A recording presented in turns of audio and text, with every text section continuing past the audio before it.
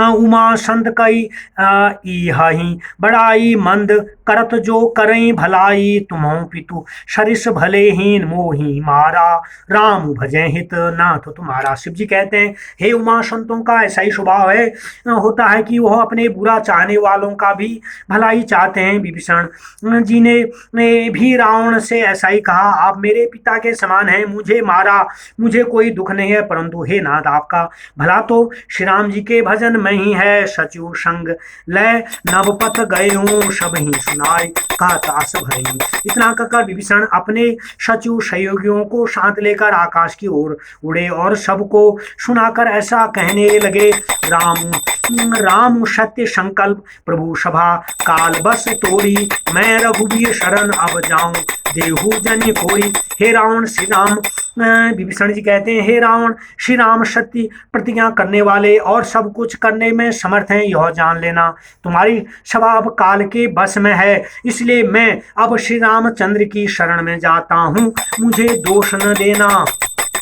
अस कहीं चला विभूषण जब हीन आयु हीन भय सब सब तब हीन, साधु अवज्ञा तुरत भवानी कर कल्याण अखिल कह हानि। ऐसा कहकर विभीषण जैसे ही वहां से चले वैसे ही मानो सभी राक्षसों की मृत्यु निश्चित हो गई। शिव जी बोले हे भवानी यानी हे पार्वती, सज्जन पुरुष का अपमान समस्त मंगल को नष्ट कर देता है। शिव जी ने बोला हे भवानी हे पार्वती, सज्जन पुरुष का अपमान समस्त मंगल को नष्ट कर देता है। रावण जब विभीषण त्यागा भयो गोविंद तबहि अभाग, चले हर्ष रघुनायक पाई करत मनोरथ बहु मन मान।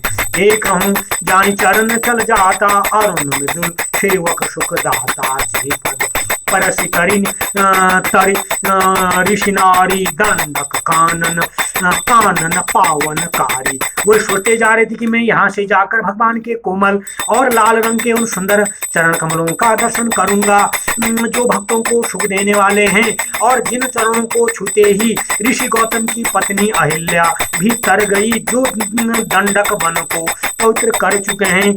जे पद जनक सुता उर लाए, कपट कुरंग संग धर धाये, हर ओर सर सरोज पद जेई, अहो भागी में देखे हूं तेई। जिन चरणों का ध्यान जानकी जी अपने मन में करती हैं और जो माया मृग को पकड़ने के लिए दौड़ पड़े थे, जो चरण कमल साक्षात शिव जी के हृदय रूपी सरोवर में विराजते हैं, मैं भाग्यवान हूं कि मुझे भगवान के उन चरणों का अब दर्शन होगा।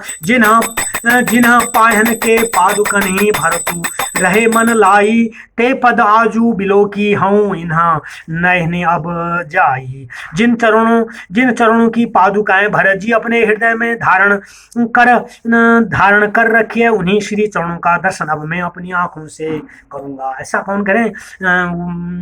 विभीषण जी ऐसा कहते हुए अब श्री राम जी की ओर जा रहे हैं। जब वो जा रहे हैं तो ऐसा वो कहते हैं, एहि विधि करत सप्रेम विचारा, आय दुषपति सिंधु ही पारा। कपिन विभूषण आवत देखा, जाना कोई रिपुदूत विशेष। इस प्रकार प्रेम सहित विचार करते करते वो शीघ्र समुद्र के उस पार पहुंच गए जिधर श्री राम की वानर भालू सेना थी। वानरों ने जब विभीषण को आते देखा तो उन्हें समझा कि यह शत्रु पक्ष का कोई विशेष दूत है। ताई राखी कपीस वहीं आए, समाचार सब ताई सुनाए। कहा सुग्री सुनो रघुराई, आवा मिलन दशासन भाई।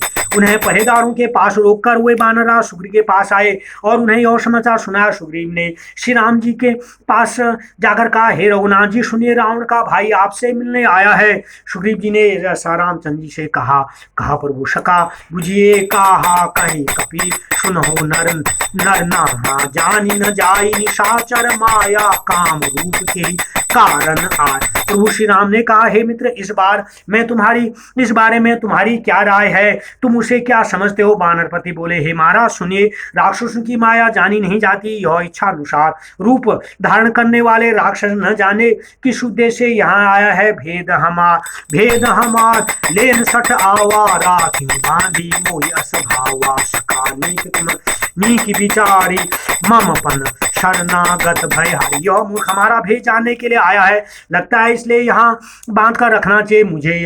यही बात अच्छी लगती है। श्री राम जी बोले कि हे मित्र, तुमने बिल्कुल ठीक नीति की बातें सोची हैं, लेकिन शरण में आए हुए का दुख दूर करना मेरा प्रण है। सुनि प्रभु वचन